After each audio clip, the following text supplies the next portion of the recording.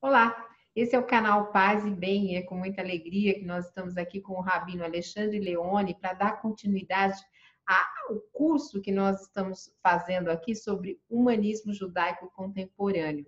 Essa é a segunda aula, onde nós vamos falar sobre a religião dos adultos, com base em dois pensadores contemporâneos que são Levinas e Heschel. Eu estou com muita alegria, eu estou aqui, também sou aluna nesse curso e vou passar já a palavra para o Alexandre. Tudo bem, Alexandre? Tudo bem, como vai, Carla? Na verdade, a gente vai mais tratar do Emmanuel Levinas do que do Avraham Joshua Heschel, né?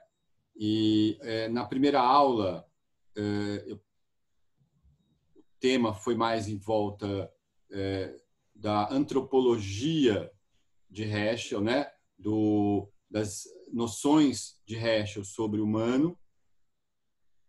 E dessa vez a gente vai entrar mais em Levinas. Então vamos lá. Emmanuel Levinas nasceu na Lituânia, enquanto Heschel, mais ou menos na mesma época, eles têm mais ou menos um ano de diferença entre os dois, 1906, 1907, por aí quando eles nasceram, né? E eles ambos, tendo nascido na Europa Oriental, em condições diferentes, Heschel nasceu no mundo bem tradicional, filho de um Rebbe racídico.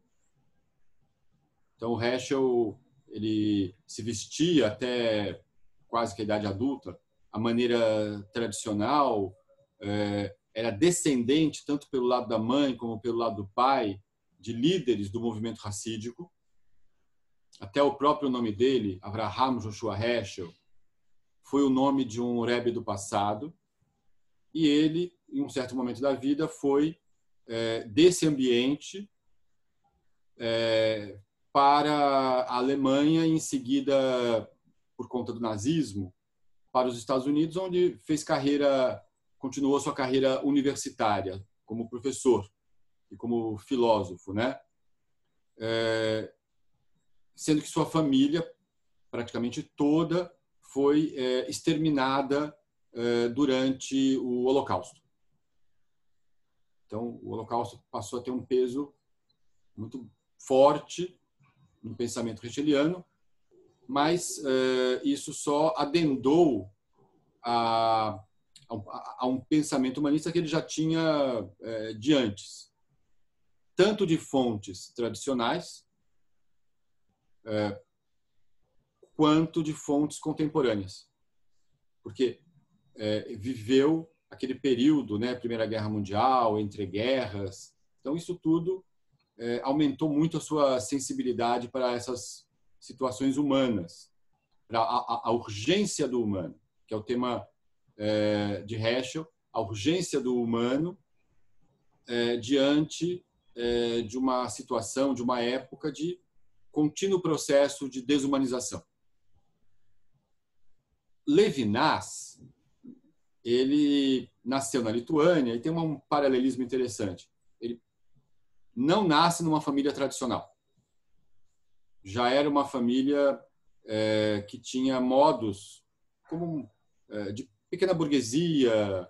O pai dele tinha uma livraria em Kovno, na Lituânia, mas não era uma livraria de textos judaicos. Era uma livraria que tinha uma especialização em literatura russa. Ele estuda em escolas não necessariamente judaicas. Uma coisa interessante, um dado interessante disso, era que, na época, no Império Russo, ir para o ensino médio, eles tinham na Rússia uma coisa chamada números clausus, número fechado, que muitos países tinham naquela época, na Europa Oriental, com relação aos judeus, que é o contrário do entrar por cotas. Ah, sim. cota que a gente tem no Brasil é uma ação afirmativa para fazer mais pessoas, por exemplo, afrodescendentes, irem para a universidade, por exemplo. Sim. O número clausus é diferente. É um número muito pequeno, limitado, de judeus que podem entrar, por exemplo, num colegial, no ensino médio. Então, imagina, tem muito mais gente que gostaria do que os que conseguem. Então, as provas têm uma concorrência enorme.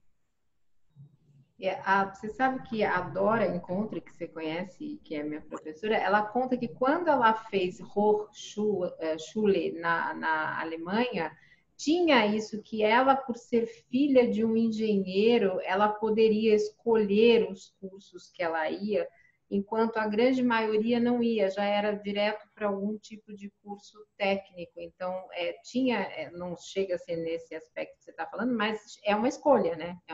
Os outros escolhem por você, né? Sim, mas o que eu estou dizendo é uma outra coisa. Imagina que, por exemplo, em Kovno, né, na Lituânia, tivesse milhares e milhares e milhares de rapazes, moças, judeus, judias, que quisessem ir para o ensino médio. Só tinha um número muito, muito, muito limitado de vagas. Eles não poderiam concorrer nas vagas gerais. Então, fazia com que um número muito pequeno pudesse ir para o ensino médio e depois para a universidade em seguida. Ou seja, era feito com o sentido inverso da ação afirmativa. Era feito para limitar a quantidade de judeus, no caso, que pudessem ter um ensino médio ou superior.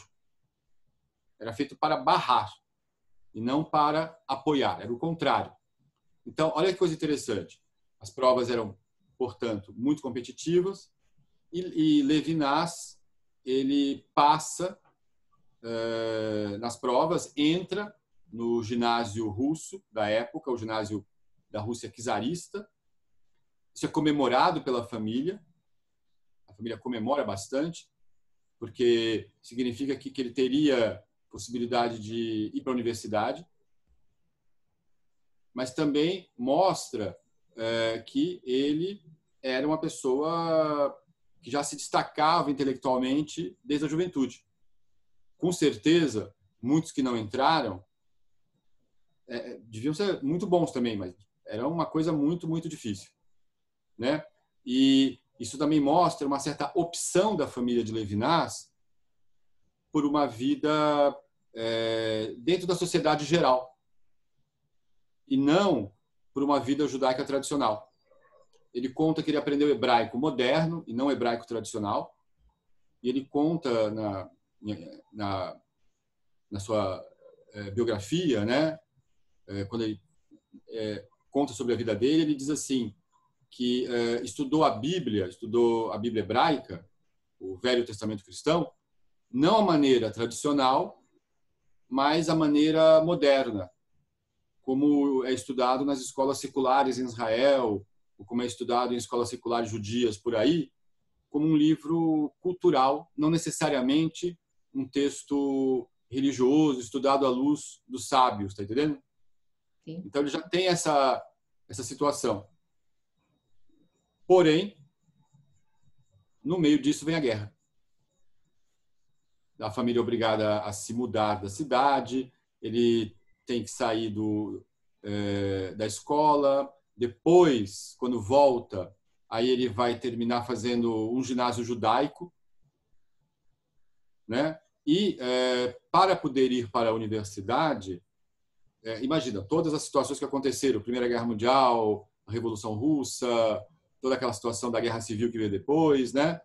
Ele, como muitos jovens, viu que a única opção dele era emigrar. E ele vai, ele falava alemão, ele tinha uma educação que o alemão, apesar de que falavam Yiddish e russo, mas o alemão foi algo que ele estudou, e ele vai para a mais alemã das universidades francesas. A maioria dos jovens judeus da Europa Oriental iam para a Alemanha ou países de língua alemã porque tinha um domínio dessa língua, ou aprendiam a língua, né? Enquanto Levinas foi para a França. Eu não sei muito bem por que aconteceu isso, mas ele vai estudar, então, filosofia na Universidade de Estrasburgo, bem na fronteira da França com a Alemanha, e que até o final da Primeira Guerra Mundial era uma cidade alemã. A França tinha perdido a Alsácia-Lorena em 1870, naquela guerra franco-prussiana, e só recuperou esse território, que é bem o nordeste, pedacinho assim do nordeste da França, depois da Primeira Guerra Mundial. E provavelmente ele deve ter escolhido essa universidade porque tinha características que a aproximavam das universidades alemãs. Neste período é quando ele vai conhecer um filósofo alemão que já foi chamado em algum momento de o príncipe dos filósofos, o Martin Heidegger, que tinha escrito nos anos 20 um livro bem importante chamado O Ser e o Tempo, em que ele pretende rever toda a filosofia, toda a ontologia, toda a metafísica, voltando aos pré-socráticos e com uma proposta filosófica muito densa. E essa densidade toda encanta Levinas, que costumava atravessar a fronteira, não só ele, para assistir na Universidade de Freiburg, bem do outro lado da fronteira, às conferências do Heidegger, ainda bem jovem. Então, Levinas ele se sente, naquele momento, quase que um discípulo de Heidegger, né? Heidegger, por sua vez, era discípulo de um filósofo de origem judaica chamado Husserl, que era o pai da chamada fenomenologia.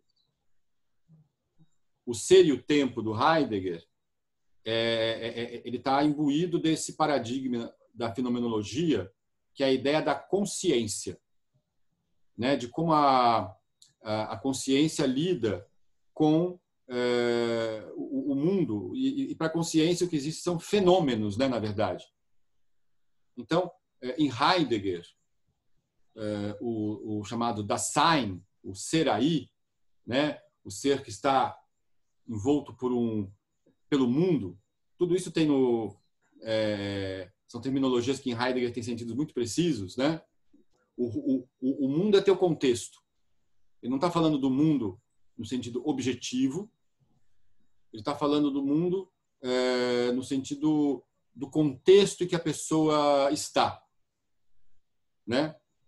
Mas Heidegger ele formula a noção de que o ser humano seria um ser para a morte, que estando na clareira do ser, ou seja, numa região da existência, aonde nós temos consciência do mais ou menos do que está em volta, e nós nos percebemos mortais, Hasbe Halila, né? E nos percebemos, o ser humano se percebe um ser para a morte, e esse é um grande problema.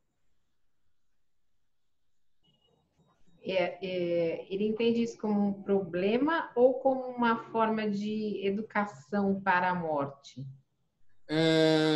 Eu diria que Heidegger vê nisso, lógico, ele faz muitas reflexões sobre isso, mas ele percebe nisso algo que é, de um certo modo, angustiante, né? A angústia de estar diante do não ser. Né? Heidegger é um filósofo ateu, né? Sim. Então, a morte significa o fim, né? Bom, toda essa elaboração é uma elaboração muito densa, que influenciou muita gente.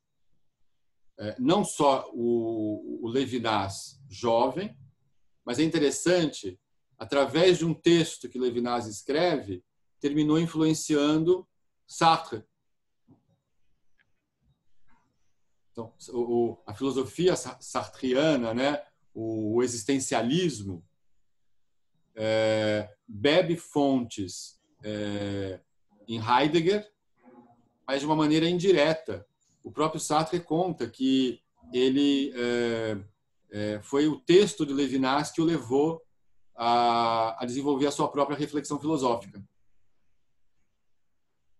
Ocorre que Heidegger se torna membro do Partido Nazista em 1933.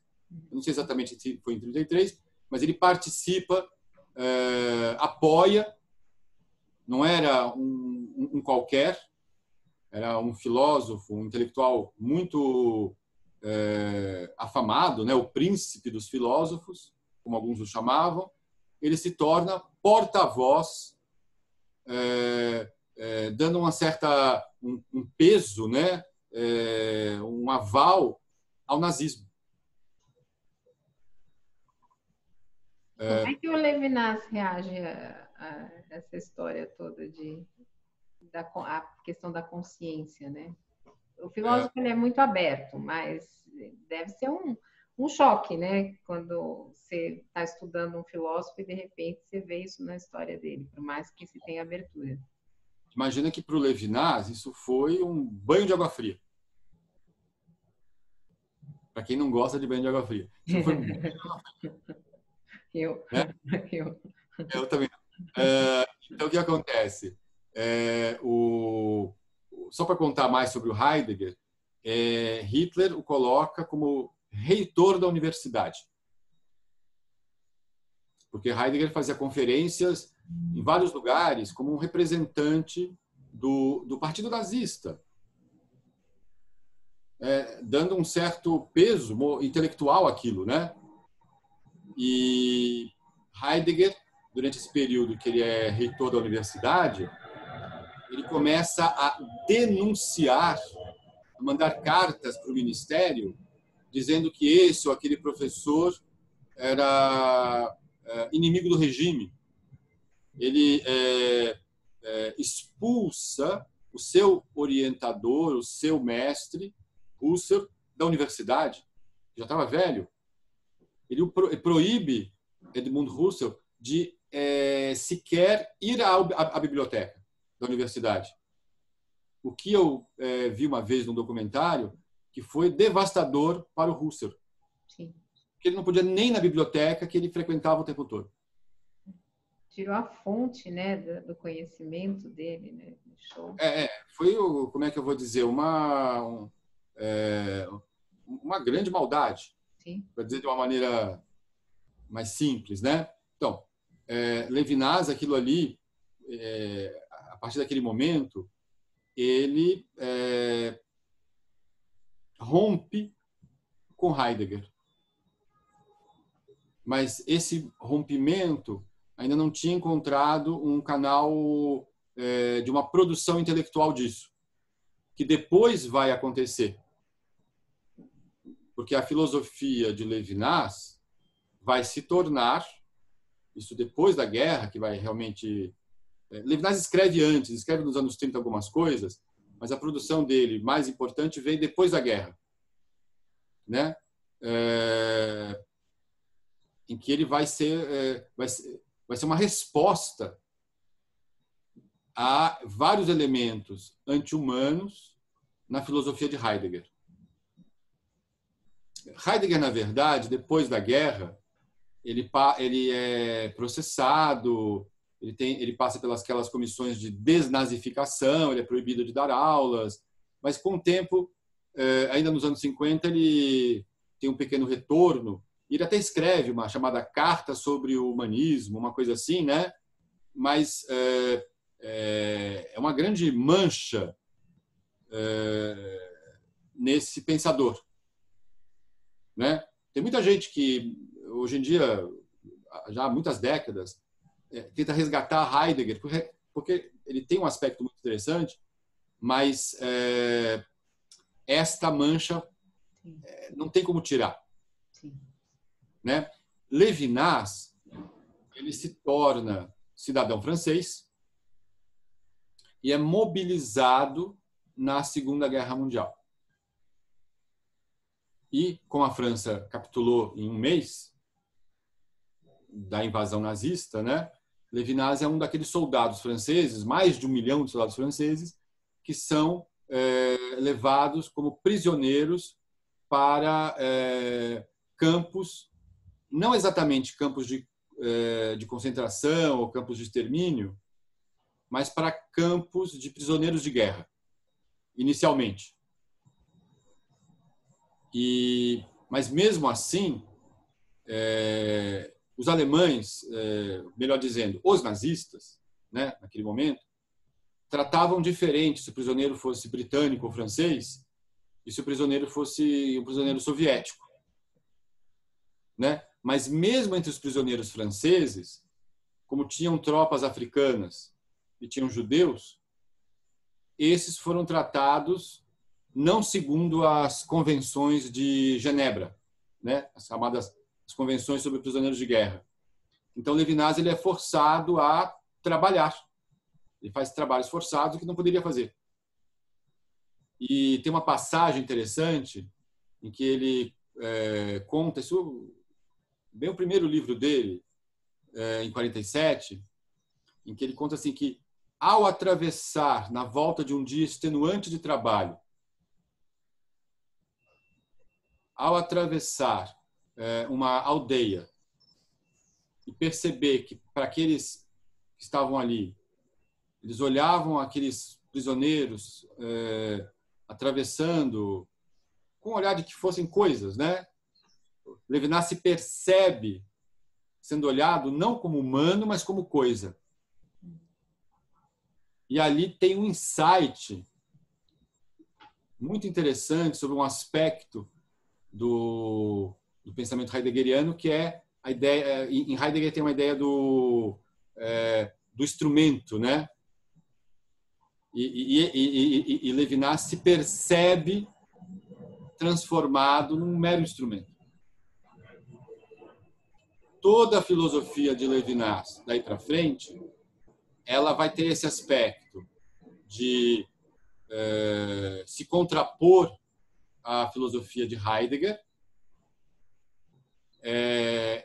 e vai ter também um aspecto de cada vez mais sublinhar a ética como um ponto central do seu pensamento. E muito atual, né? Porque eu estava lendo a Ética da Alteridade e é atualíssimo com esse momento que a gente está vivendo de pandemia, de você olhar o outro, de ter empatia, de não comprar tudo, de não, enfim, de tentar, né, deixar esses instintos, né, que muitas vezes vêm, não, tem que me proteger, situação de quase guerra, então tem que me proteger, vou fazer de tudo para mim. Mas não, quando você olha essa ética da alteridade, você fala, não, vamos olhar o mundo, né, vamos olhar os rostos, né, das pessoas. É exatamente isso. Acho que nós estamos nesse momento num momento limite em que as situações ligadas à condição humana ou à retirada dessa condição das pessoas é algo que está na ordem do dia, né? Esse olhar não a si mesmo, mas olhar o outro. Só queria contar uma história que não tem nada a ver com Levinas, mas tem a ver com um certo uma passagem da literatura rabínica em que, não sei se você sabe, na tradição judaica, existem certos animais que se podem comer e animais que não se podem comer. Então, nas aves, tem uma série de aves que a enorme maioria, são proibidas de serem consumidas. Elas têm que ficar aí na natureza.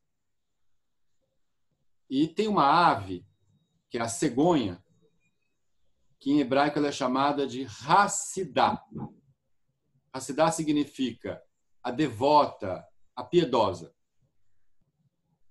E aí um discípulo pergunta para o mestre assim, por que essa ave é chamada Hassidah? A cegonha, por que ela tem esse nome, né, em hebraico, a piedosa? E o mestre fala assim, porque ela não come o alimento para dar de comer aos seus. Lindo, né? Bonito isso, né? E aí vem a pergunta, e por que essa ave não é kasher? Por que ela não é considerada uma ave pura? Aí a resposta do mestre, porque ela só dá de comer aos seus. Que lindo isso. Tem muito a ver com esse momento nosso. Tem tudo a ver. Ela até, como é que eu vou dizer, tem um altruísmo, mas é um altruísmo para aqueles que são dela, né? Seu núcleo, né? É o entorno. Você vai olhar, né? O pai, a mãe, o filho, é aqueles que estão, mas tá aí e o morador de rua, e as pessoas que estão nos presídios, que são obrigadas a conviver com proximidade um com o outro, e tanta gente que está trabalhando porque não pode parar, são serviços básicos, né? Os próprios coveiros, né? Que vão ter que ter proximidade. Tá no caixão, mas eles vão ter que fechar o caixão. Pessoa, enfim, tem um mundo. Nesse momento, todo mundo que tem que pegar transporte público. Os motoristas, né? Todo mundo que está vivendo como um precariado, como se diz hoje em dia, e que o motorista de Uber, o motoboy, né, que não tem como parar porque não vai ter renda. Ou até, como eu estava escutando, né, em notícias, de empresas que estão pensando em tipo, manda embora, já que a pessoa não vai... Então, como essa pessoa vai sobreviver? Como essa pessoa vai conseguir se cuidar? Né? São questões humanas, porque isso já não é Levinas, isso é Heschel. Heschel diz assim, ele escreve, né, que ou Deus é o pai de todos os seres humanos, ou isso não faz sentido. Perfeitamente. É isso, né? Agora, voltando para o Levinas. No Levinas, isso já começa numa ideia bem interessante, porque tudo aquilo que eu reconheço, os meus parentes, o pessoal da minha turma, digamos assim, né? Esses estão no campo do mesmo. De alguma forma, eu vejo, eu compartilho, eu consigo identificar coisas que eu compartilho com estas pessoas que são tão próximas. Mas o problema em Levinas não é este modo de humanismo, ou seja, o que temos em comum. O nazista também ele era altruísta com quem ele achava que era ariano. Sim. Esse é dos meus, sim, eu diria, né? Esse tipo de pensamento, né? Agora, para Levinas, a noção de humanismo e a noção de ética nasce não de termos algo em comum, mas nasce da identificação do outro como sendo naquilo que ele tem de outro, naquilo que ele é uma alteridade, naquilo que ele não é eu. Né? O outro por excelência, por exemplo, o estrangeiro. Aquele que tem hábitos, modos que eu não identifico, com os quais eu não necessariamente vejo proximidade, mas que eu reconheço através do seu rosto, o rosto não necessariamente físico, né? Mas que eu reconheço na sua presença como uma alteridade diante de mim, como um tu, ou às vezes um ele, e o reconhecimento dessa alteridade é que me traz a responsabilidade por ele. Então, eu não sou responsável porque ele é igual a mim. Eu sou responsável porque ele, na sua infinita diferença, aparece diante de mim, e nem sempre de uma maneira romântica, né? Mas de uma maneira até que me tira da zona de conforto, que aparece de uma forma que me causa assim, na hora que eu reconheço a sua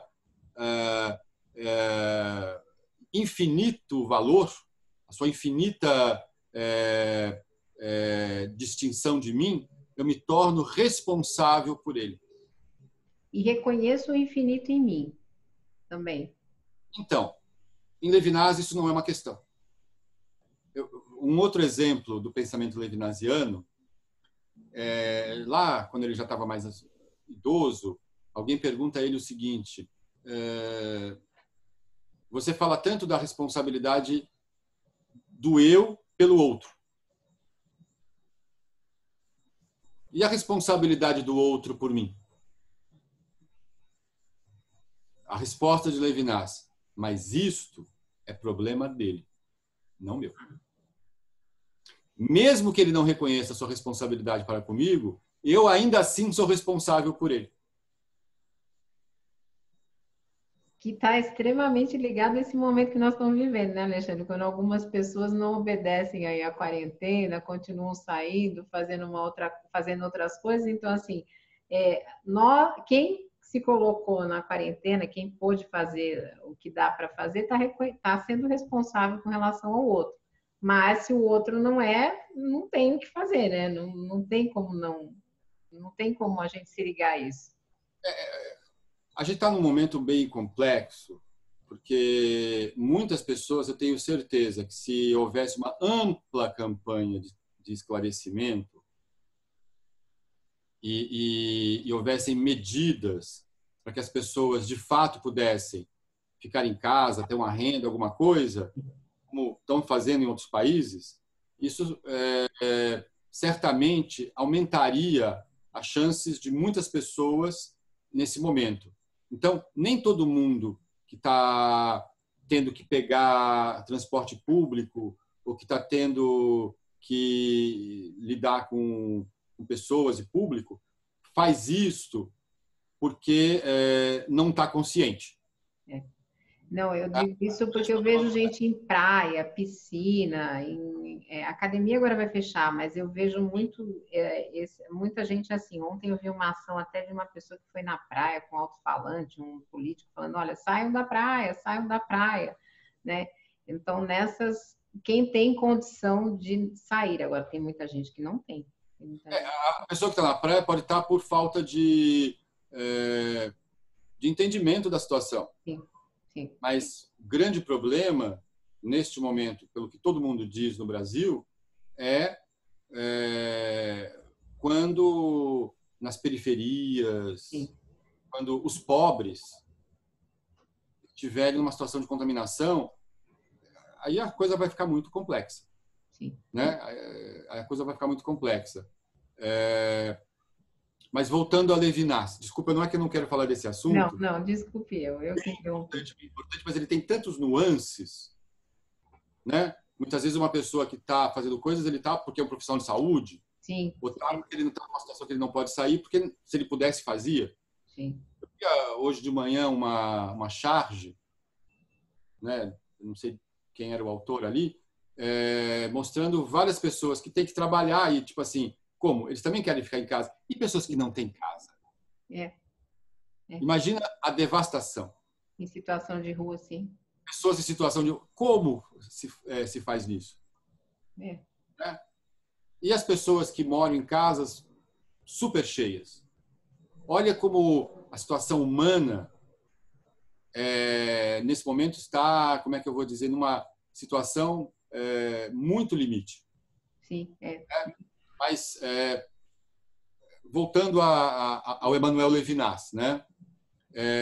Levinas, ele se torna não só a obra dele uma obra voltada para esta ética em primeira pessoa, essa ética da minha responsabilidade pelo outro. A partir do momento que eu percebi o outro, que o outro surge diante de mim, eu já sou responsável por ele. Eu não tenho como fugir disso.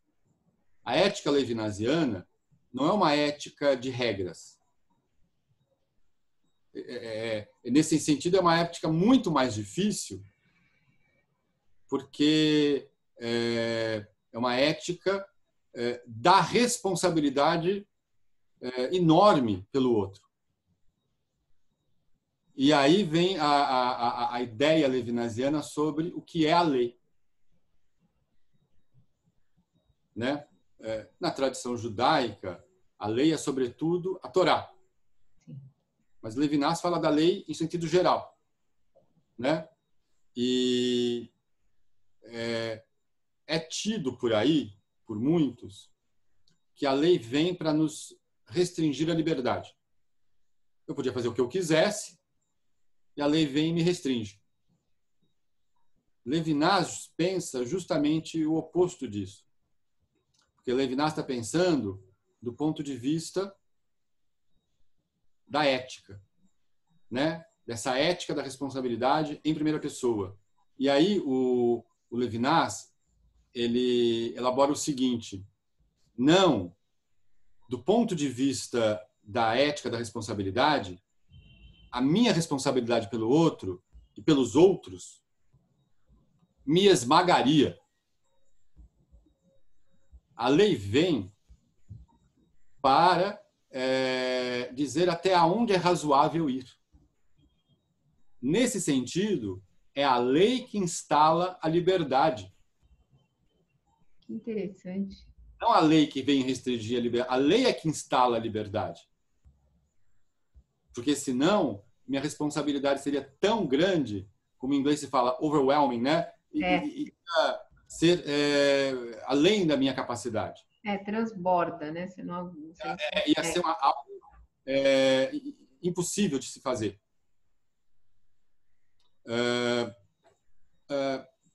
E aí vem... bom, Levinas, ele tem uma obra, em geral, não necessariamente uma obra judaica, né, ou baseada em fontes judaicas. Pelo menos a obra inicial do Levinas não tem essa pegada. Ele tem essa coisa do se contrapor ao Heidegger, ao também buscar uma linguagem que instala uma outra metafísica sem buscar a linguagem ontológica comum, que é uma coisa muito difícil. Né? Ele também tem essa pegada, porém, o Levinas tem todo um ramo da obra dele, toda uma parte da obra dele, que tem, sim, uma matriz judaica. Parece que Levinas, quando estava depois da Segunda Guerra Mundial, anos 40, final dos 40, começo dos 50, ele conhece uma pessoa muito diferente, que lhe ensina Talmud. Ele não é que conhecesse o Talmud tão bem assim, ou não tinha estudado, e ele, como filósofo, se encanta pelos debates talmúdicos, e ele começa a fazer conferências. Ele é convidado todos os anos para fazer conferências que depois se tornam as chamadas lições talmúdicas, em que na verdade é um filósofo lendo certas passagens do Talmud, não como um talmudista, mas como um filósofo que identifica naquela passagem, nessa outra, a sapiência. E ele vai criando esse diálogo filosófico com essa obra sapiencial, que não é em si mesmo uma obra filosófica, né? Sim. É uma obra de uma tradição distinta da filosofia. E essas lições talmúdicas, elas depois vão ficar muito famosas, as pessoas vão publicá-las, né? Tem várias publicadas em português, em inglês também. A obra de Levinas basicamente é escrita em francês, né? E depois disso, ele vai, nos anos 60, publicar um texto chamado La Difficile Liberté, a difícil liberdade, que é uma coletânea de textos com temas judaicos. E nessa coletânea de textos com temas judaicos, são vários, imagina assim, artigos distintos que foram colocados no mesmo volume, né? Então, um desses textos que eu queria destacar hoje é o texto chamado Uma Religião de Adultos, que eu tenho a impressão que conta revela coisas muito interessantes do pensamento levinasiano. Como é que eu faço para, se eu quiser... share screen, né? Espera que eu vou fazer aqui. Você vai pôr o texto. Sim, sim. Mais interessante deixar o Levinas falar, né? Então, isso aqui foi esse texto que está aqui. Não existe esse texto em português publicado. Então, uma amiga minha, a Sibyl Dueck, que fez a pós-graduação dela em Levinas, ela, quando era aluna de um curso meu, ela fez esse grande favor de traduzir diretamente do francês, né? Em francês ele é Une religion des adultes, né? E você vê assim, ele é publicado nos anos 60 no começo, né? E o texto passa por alguns pedaços interessantes. O primeiro deles é esse texto deve ter sido, no começo, uma palestra que ele deu, uma conferência que ele deu no Marrocos. Olha que coisa interessante. Num mosteiro católico que ficava no Marrocos, numa conferência que reúne judeus, cristãos e muçulmanos. Que legal. Não sei se tinha outros, mas ele destaca essas presenças. Imagina isso antes do Vaticano II. Diálogo interreligioso. Já tem um diálogo. E ele começa, olha que coisa interessante. Essa primeira parte, que ele chama de a linguagem comum, ele diz o seguinte: esta linguagem comum entre, por exemplo, cristãos e judeus na Europa não nasce de intelectuais que sentaram para tomar um chá e resolveram dialogar. Ela nasce de uma experiência comum da paixão. Da paixão no sentido filosófico, né? Como uma situação que te leva a um apassivamento, né? A paixão como uma coisa que você sofre, não no sentido da paixão romântica, não é isso. No sentido de qualquer afeto que nos apassiva, que nos que a gente é forçado a vivenciar aquilo, né? E ele vai escrever o seguinte, eu vou destacar aqui, né, que os judeus, nos anos do regime nazista, né, foram entre milhões de humanos que encontraram naquela situação a miséria e a morte, né? E que aqui ele escreve sobre os judeus, mas a gente pode dizer hoje em dia ciganos e tantos outros, né, viveram a experiência do desamparo total. Né? Você ser colocado, olha que coisa interessante, antes mesmo da morte, numa situação que é a situação do impessoal. Quando uma pessoa está lá com uma planilha de números e fala assim, corta 10. Vê qual é o custo? Vê qual é o custo? A gente quer pegar 500 mil judeus húngaros e levar lá para serem exterminados. Né? Foi o Eichmann, né? O Eichmann, né?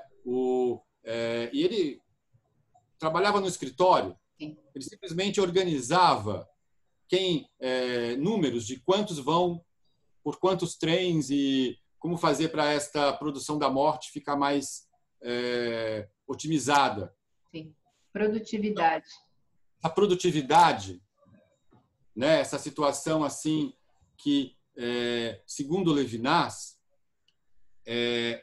o problema humano não é estar diante da morte. O problema humano é estar diante do impessoal. É você ser tratado como não pessoa em vida. É você ser deixado à míngua, é você ser colocado numa situação de miséria, ser transformado em menos que qualquer coisa. Isto, para Levinas, é o maior problema. Né? E aí ele iguala... Imagina que ele está numa plateia com muçulmanos e cristãos, mas cristãos que conhecem a ideia da paixão de Cristo, né? O inocente que morre, né? sem um motivo, né? E que no mundo cristão é ligado à interpretação de Isaías 53. Né? E que Levinas pega justamente esse capítulo e diz o seguinte: aqueles que morreram, aqueles que foram trucidados no Holocausto, viveram essa experiência. A experiência do servo sofredor de Isaías 53. Mas diante daquela situação em que, como o judeu era pego, não exatamente por ser de religião judaica, mas por uma ideia falsa de uma raça, mesmo pessoas que formalmente não viviam como judeus, imagina Edith Stein, uma monja católica de origem judia que estava lá no claustro carmelita, na Holanda, e vão lá, tiram ela de lá e levam ela para a morte. Né? Ou seja, a pessoa, né? Para aquele que faz isso, aquela não é pessoa, né? Ela é colocada numa situação de não escape. É a total desumanização. Porém, diante disso, né, ele vai lembrar o seguinte: de muitos, no caso católicos, monges, padres, pessoas leigas, que salvaram a vida de crianças e adultos.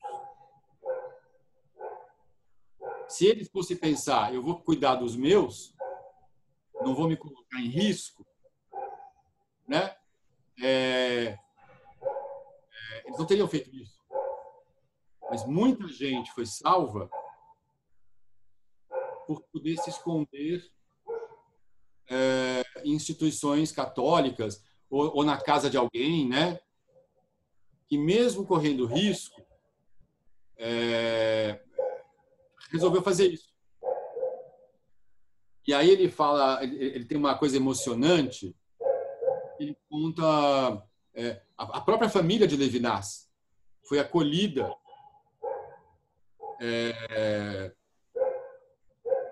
por instituições da igreja e deixados escondidos. Então é uma experiência para ele muito pessoal, né? A esposa, a filha, né?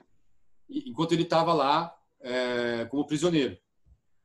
E aí ele conta de uma situação que é a seguinte: de um padre católico no campo de concentração, até nomeia o padre Chesney, né? Que diante de uma situação em que um judeu tinha sido morto e os nazistas queriam enterrá-lo como um cão, ou seja, como coisa, e esse padre recita orações e faz um funeral. Com certeza num desafio aos nazistas, né? Uhum. Com certeza também o padre não sabia as orações judaicas, não sabia rezar um Kadish. Mas ele reza orações. E Levinas diz que essas orações, no sentido absoluto, eram orações semitas. Eram orações abraâmicas. Por quê? Porque reconheceram o outro como gente. Isso é muito bonito. Que lindo. Isso é muito bonito, né? Então, isso já é um peso, né? Eu queria destacar um outro ponto aqui desse texto, que ele fala assim, como ouvir a voz de Israel. Israel aqui é o povo judeu, né? Não é exatamente o país, o Estado de Israel. Aqui, no caso, ele está falando Israel, o povo, né? Os personagens bíblicos, em especial do chamado Antigo Testamento, né, a Bíblia hebraica, são também personagens da tradição cristã. Moisés, Davi, Noé, Abraão, né? Eu me lembro que eu fui há uns anos atrás em Ouro Preto, tem uma igreja de São Francisco, onde tem de um lado a paixão de Cristo. Isso vai ser meio de meia. Ainda tem tempo. É meu filho que vai ter que fazer outra coisa, só veio vir falar com ele. Onde é que eu estava? Então, esses personagens... Então, eu estava na igreja de São Francisco, lá e tinha assim, um lado tinha as cenas da paixão, e do outro lado, cenas da vida de Abraão. Abraão é um personagem da tradição cristã, igualmente. Tá bom? Nesse sentido, esses personagens bíblicos são, do ponto de vista do cristianismo, o mesmo, são dos nossos. Tá bom? E aparentemente, esses personagens são, por assim dizer, de um judaísmo que caducou. Né? Que foi, mas agora foi absorvido dentro de uma outra situação. O Levinas, ele vem e se coloca como estrangeiro. Ele fala assim, eu não vou falar desse modo. A voz de Israel não é apenas aquela voz que emana dos textos bíblicos comuns à tradição judaica e à tradição cristã. A voz de Israel, no que ela tem de próprio, vinda também da tradição judaica rabínica. Né? O modo como essa tradição ler o texto bíblico é como subir a montanha passando por outro caminho. Né? A montanha é a mesma, mas você vai ver outras paisagens. Então, ele se coloca como estrangeiro. Né? E tem um momento que ele fala assim, vou destacar, não sei se o público consegue ver, mas Tá, então eu estou vendo bem. Eles também vão conseguir. Tem uma realidade histórica. O judaísmo simplesmente é rabínico. Mas durante a Idade Média, durante os séculos que precederam, até o século XX, justamente esse judeu rabínico é visto na Europa como um estrangeiro, um estranho, tá entendendo? E ele continua dizendo assim, as vias que levam a Deus, nesse judaísmo, não atravessam as mesmas paisagens das vias cristãs, ou seja, é subir a montanha por outro lado. Quando a Bíblia é apresentada desse modo, ela mesma se torna um texto estrangeiro. O enfoque às vezes vira outro. E aí ele coloca, se devesses estar chocados e surpresos, estariam chocados e surpresos que ainda sejamos judeus diante de vós. Que ainda nos apresentemos não como um personagem bíblico ou seu descendente, mas como alguém que vem de uma tradição que correu em paralelo. Ou seja, o diálogo interhumano, o diálogo que humaniza, não é somente o diálogo com quem concorda com o meu pensamento. Não é somente com quem tem a minha cultura. Ele é principalmente o diálogo entre estrangeiros que não têm uma língua comum e que buscam ela.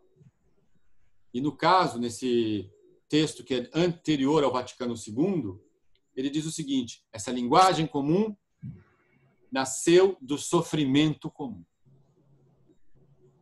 E nasceu das pessoas se perceberem e se responsabilizarem umas pelas outras, mesmo não tendo, como é que eu vou dizer, muitas ligações culturais entre si. Isso eu acho fundamental para uma ética do interhumano na humanidade contemporânea. Da diversidade, né? A diversidade. Exatamente, esse abraçar a diversidade. Mas não apenas abraçar a diversidade de uma maneira genérica. Sim. Entender a humanidade do outro, que é totalmente distinto de mim. Me responsabilizar por ele ou ela. Isso é muito importante.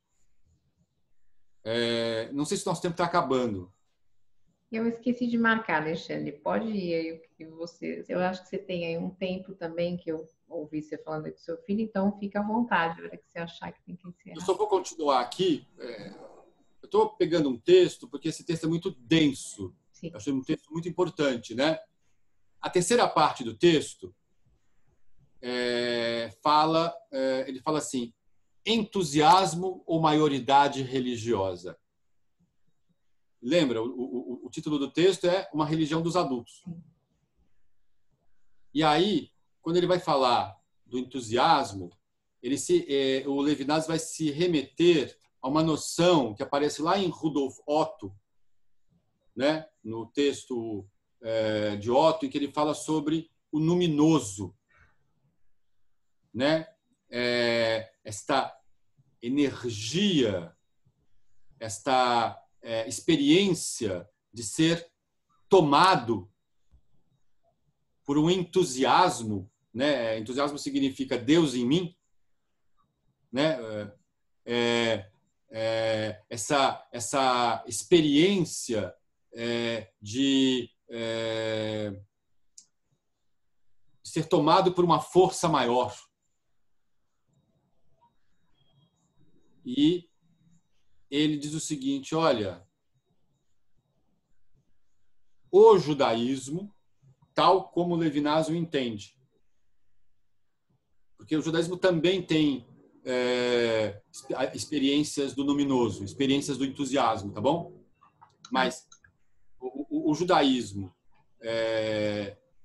entre aspas, tal como Levinas o interpreta, tem uma certa alergia a isso. Porque esse entusiasmo que me toma me torna não responsável pelos meus atos. Esse entusiasmo, essa situação de ser tomado por uma força maior que mim, né? Uma força superior a mim, esse entusiasmo me torna um menor de idade. Ele, diante disso, eu não tenho escolha. Diante disso, eu não sou responsável, né? E não há ação de um ser livre. Ação livre e responsável é característica dos adultos. Sim. E aí Levinas vai... olha a frase que ele coloca. O sagrado que me envolve e me transporta é violência. No sentido que me tira da minha situação de um foco de responsabilidade perante o que quer que seja. Né? E aí ele continua, né? Ele até conta a história de Abraão. Abraão destrói os ídolos, né? É um midrash da tradição rabínica que diz assim que o pai de Abraão tinha uma loja de ídolos, manda o Abraão ficar lá e o Abraão termina quebrando os ídolos, né? E forçando o pai a perceber que aquilo ali, assim, eram apenas coisas que o ser humano faz, são obras humanas que depois nos tornam escravos delas. Sim. Talvez hoje em dia não seja exatamente aquela forma de idolatria tradicional, mas, digamos assim, o fetichismo da mercadoria, né? O fetichismo do dinheiro, né? Seria, por assim dizer, a idolatria moderna. Sim. O dólar sobe e desce como se ele fosse alguma coisa que atua por si só. Né? Não tem, como se ele fizesse e eu tivesse que ir atrás. Não me reconheço como... foi eu que fiz aquilo. Né? Tem uma passagem bíblica que, inclusive, trata disso. Né? A pessoa faz lá uma obra dele e se torna servo da sua própria obra. Né? E aí o Levinas continua diz o seguinte: a este tipo de religiosidade se contrapõe uma outra religiosidade, ou se contrapõe o chamado ateísmo. Sim. Eu sempre li essa coisa do ateísmo no sentido do ateísmo, né? Conversando com a minha esposa, né, com a Selma, sobre isso recentemente, a gente teve não só um diálogo sobre o dia a dia, ou um diálogo romântico, mas a gente resolveu falar de filosofia sobre esse texto, né? E ela fez uma outra interpretação da religiosidade ateia como sendo não essa busca de uma força exterior, mas voltar-se para dentro de mim mesmo, como se eu pudesse encontrar o absoluto em mim e não fora de mim. Então, e eu achei interessante isso, porque a gente tem aqui uma contraposição entre uma religiosidade de uma força que me toma, quase mágica, não muito distinta do pensamento mágico, e uma outra religiosidade, que é uma religiosidade como se dentro de mim tivesse esse absoluto e fora eu não tenho nada a ver. E ele coloca que essas duas se contrapõem uma com a outra, né? E aí ele coloca a sacada muito interessante dele, que é a seguinte, que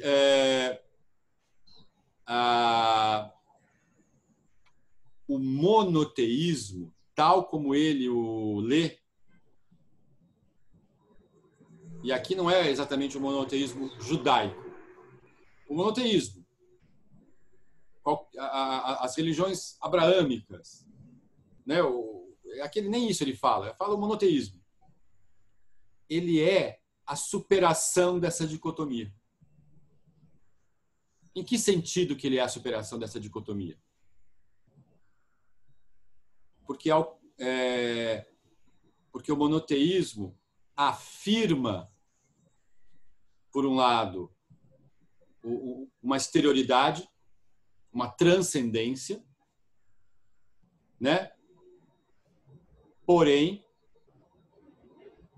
o lugar do ato religioso não é o rito. O ato religioso, por excelência, é o ato ético. Que maravilha. O ato ético que se constitui no ato religioso. Olha que coisa mais importante. Não é se paramentar com as roupas. Não que ele negue isso. Na verdade, não está negando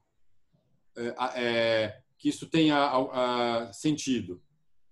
Ele está negando que isso seja, para a religião dos adultos, o ato religioso mais importante. O ato religioso mais importante é o ato perante o outro.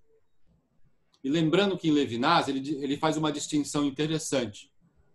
O ato ético é o ato desinteressado, enquanto que qualquer ato feito com interesse está no plano do econômico. Tudo que eu faço por interesse, e Levinas não está dizendo que isso seja sem sentido. Isso também tem algum lugar. A gente faz coisas com interesse, está entendendo? Mas enquanto ato interessado, ele não é um ato ético. Ele só é um ato ético quando ele é um ato desinteressado. Aquela pessoa que salvou alguém não fez isso no interesse próprio. Aliás, até, de repente, era contra seus próprios interesses. Ele se colocou em perigo. Aquilo é o ato religioso no sentido da religião dos adultos. Mas então, deixa eu te fazer uma pergunta. Se eu, seguindo a linha de raciocínio da Selma, se eu sou um ateu, eu me volto para mim mesmo, mas a partir dessa reflexão interior, eu transformo isso em atos éticos, então, de certa forma, eu estou tendo uma religiosidade no conceito de Levinas. Mas também, se eu sou uma pessoa... É o Skype para a situação do meu filho aqui, mas espera aí que eu ainda vou chegar lá. Só concluindo aqui, né? Vai voltar a falar daqui a pouco, mas vou concluir.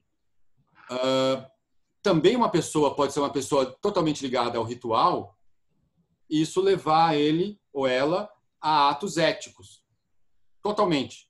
Mas o ato religioso mais importante é o ato ético.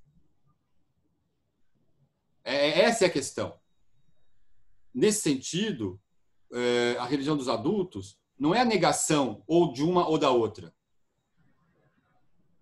Ela é a superação, no sentido alemão, né? A superação que é manter e, ao mesmo tempo, tornar caduco o que veio antes. Nem a religião da imanência, nem a religião da transcendência, em si mesmas, são rechaçadas. Elas não são o centro. Elas não são o centro. E aí eu vou... só uma coisa interessante, né? Porque, assim, a primeira transcendência não é a transcendência que me leva a Deus, que pode ser muito abstrato. Sim. A primeira transcendência é a que me leva ao outro. Que lindo. E a relação com o outro, ó, olha o que ele escreve aqui, até vou destacar aqui, é sentindo a presença de Deus através da relação com o homem, né? E aí ele continua, a relação ética aparecerá para o judaísmo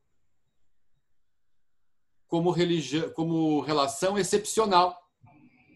Nela o contato com um ser exterior, o outro, ao invés de comprometer a soberania humana, a institui e a investe. E, nesse sentido, ele vê na religião dos adultos um encontro com a filosofia. E aí eu vou destacar o que eu acho que eu até coloquei aqui em amarelo, né? Que é, para mim, um dos momentos mais poéticos e profundos do pensamento levinasiano. Né? Porque ele escreve assim, que a relação moral reúne, portanto, ao mesmo tempo, a consciência de si e a consciência de Deus. A ética não é o corolário da visão de Deus. Não é porque eu encontrei Deus que agora eu vou ser ético. Ela é essa visão mesma. Eu não tenho como ver Deus, o Deus da religião dos adultos, sem ser através da ética. A ética é uma ótica, que em francês também dá esse jogo, né? L'éthique, c'est une optique. Né? De modo que tudo que sei de Deus e tudo que posso ouvir de sua palavra e dizer-lhe razoavelmente deve encontrar uma expressão ética. Na Arca Santa, onde Moisés escuta a voz de Deus, não há nada além das tábuas da lei. Não tem mágica. Não é como ali no... Não é como no Caçadores da Arca Perdida, um objeto mágico, né? O conhecimento de Deus que podemos ter, que se enuncia, segundo Maimônides, um filósofo medieval judeu, sobre a forma de atributos negativos, Maimônides diz: nós não podemos afirmar nada sobre Deus, a gente só pode dizer o que Deus não é. Isso recebe um sentido positivo a partir da moral. Deus é misericordioso significa seja misericordioso como Ele. Olha que coisa interessante. Isso não é afirmado para falar algo sobre Deus, é para falar algo para nós. Os atributos de Deus são dados não no indicativo, quem é Deus, mas no imperativo. O que eu preciso fazer? O conhecimento de Deus nos vem como um mandamento, o que em hebraico se diz mitzvah. E aí ele conclui dizendo o seguinte: conhecer a Deus é saber o que se deve fazer. Que beleza. Imagina isto no nosso momento tão difícil, nesse instante, não só aqui no Brasil, não só para nós enquanto pessoas, mas em termos de humanidade. Imagina a nossa responsabilidade com tanta gente aí. Não só com os nossos, como a cegonha, a Hassidá, mas o que a gente pode fazer pelos outros. Né? E não porque são o mesmo, mas justamente porque não são. Porque são os outros. Porque são outros. E é aí que há a transcendência. Eu vou parar por aqui, porque hoje eu não tinha condição de continuar. Depois a gente continua da próxima vez, tá bom? Espero que tenha sido razoável. Gente, então, obrigada, Alexandre. Lindo esse curso, muito legal a aula de hoje, gente. Lembrando, quem puder, curta, compartilhe, coloque nas redes sociais. Nós não estamos fazendo ao vivo porque eu não tenho licença e não consigo entrar de outras formas aqui no ambiente que eu estou trabalhando, em home office. Mas estamos juntos. Eu estarei lá na comunidade hoje às 5 da tarde. Um beijo, Alexandre. Obrigada. Um grande beijo, se cuide, né? E boa saúde para todo mundo. Paz e bem, como diz o Mauro. Paz e bem. Tchau, gente. Tchau.